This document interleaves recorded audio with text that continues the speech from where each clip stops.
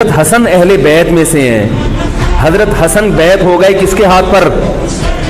حضرت معاویہ. لوگوں نے کہا یہ عار اور ذلت کی بات ہے، تو حضرت حسن کے وہ تاریخی الفاظ ہیں کہ میں دنیا کی ذلت کو جہنم کی آگ پر ترجیح دیتا ہوں.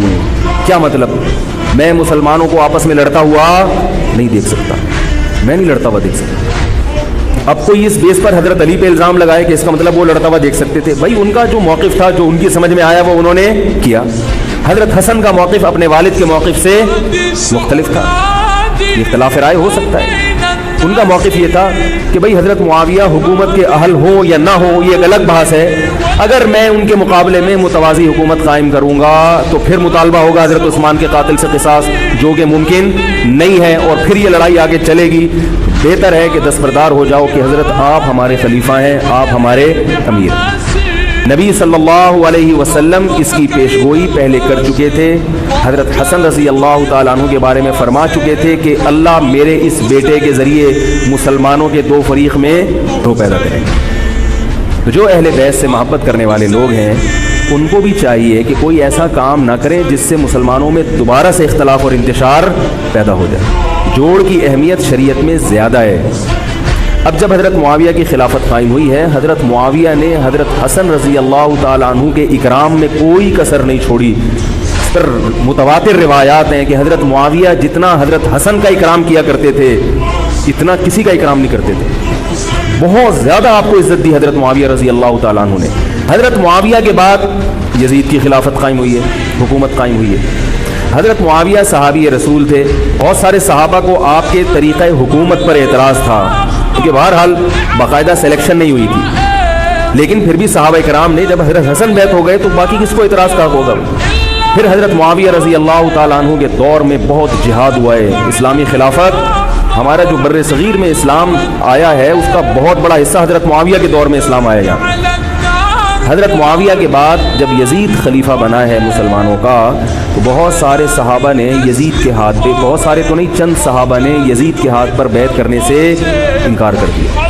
وہ اتنے تھوڑے صحابہ ہیں جن کو انگلیوں پہ گنا جا سکتا ہے، جن میں حضرت حسین بھی تھے. حضرت حسن نہیں، حضرت حسن کے بھائی، بولو بھائی، حضرت حسین. جمہور صحابہ کا موقف یہ تھا کہ یزید کا طریقہ خلافت اگرچہ غلط ہے، طریقہ حکومت اگرچہ غلط ہے، مگر رسول اللہ صلی اللہ علیہ وسلم کی صحیح احادیث موجود ہیں. نبی صلی اللہ علیہ وسلم نے فرمایا، صحیح بخاری کی حدیث ہے، اسمعوا واطیعوا ولو سلط علیکم رجل حبشی کأن رأسہ ذبیبہ.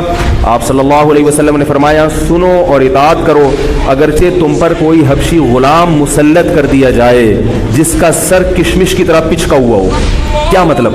سلیکشن نہیں ہوئی بلکہ زبردستی مسلط ہو گیا کسی بھی طرح سے. اور جو مسلط ہوا وہ کسی بھی لحاظ سے حکومت کرنے کا اہل نہیں ہے، غلام ہے. غلام کبھی بھی حکومت کا اہل نہیں ہوتا. اور غلام بھی حبشی، کالا کلوٹا، گوروں سے جس کو ویسے ہی تبھی نفرت ہو، بھائی ہم سارے سفید ہیں اور یہ ایک بلیک کہاں سے آ گیا دوسری قوم کا آدمی.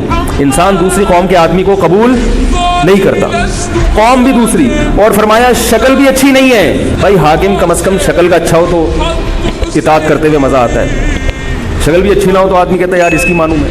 عجیب سا یہ فطرت ہے انسان کی. لوگ کوشش کرتے ہیں امام لائیں تو شکل بھی اچھی ہو اس کی، یہ کوشش کرتے ہیں لوگ. امام میں پتہ نہیں کیا کیا دیکھ رہے ہوتے ہیں. تو کیا ہے، شکل بھی اچھی نہیں ہے اور عقل بھی نہیں ہے، سر پچکا ہوا ہے کس کی طرح؟ کشمش کی طرح. صحیح ہے بخاری کی حدیث. مطلب یہ کہ کسی بھی لحاظ سے نہ لک وائز اچھا لگ رہا ہے آپ کو، نہ اس کے اندر صلاحیتیں ہیں، مگر مسلط ہو گیا، کسی نے بھی مسلط کر دیا. تو آپ نے فرمایا اب اس کے خلاف بغاوت نہیں کرنی، اس کی اطاعت کرنی ہے. آپ کہیں گے یہ کیسا حکم ہے بھائی اسلام کا؟ ایک آدمی نا اہل ہے مگر اس کی مان کے چلو تو مروا دے گا. اس لیے اسلام نے حکم دیا ہے کہ اس کے پاس پاور تھی تو مسلط ہوا ہے نا. کیا خیال ہے بھائی؟ تو اب جب اس کے خلاف چلو گے تو اس سے وہ ہٹنے والا نہیں ہے. وہ خون خرابہ کر دے گا، قتل و غارت کرے گا اور فساد پیدا کر دے گا وہ. کیونکہ اگر وہ کمزور ہوتا تو خلیفہ بنتا نہیں. وہ خلیفہ کی، حاکم کی ڈیفینیشن کیا ہے؟ جس کے پاس قوت نافذہ ہو. ایک دن ایک صاحب کہنے لگے مسلم لیگ کے دور میں، جنرل مشرف کے دور میں، میں اس کو نہیں مانتا، میں اس کو نہیں مانتا. میں نے کہا آپ کے ماننے نہ ماننے سے کچھ نہیں ہوتا. وہ مسلط ہو گیا ہے، جس طریقے ہیلی کاپٹر سے آیا ہو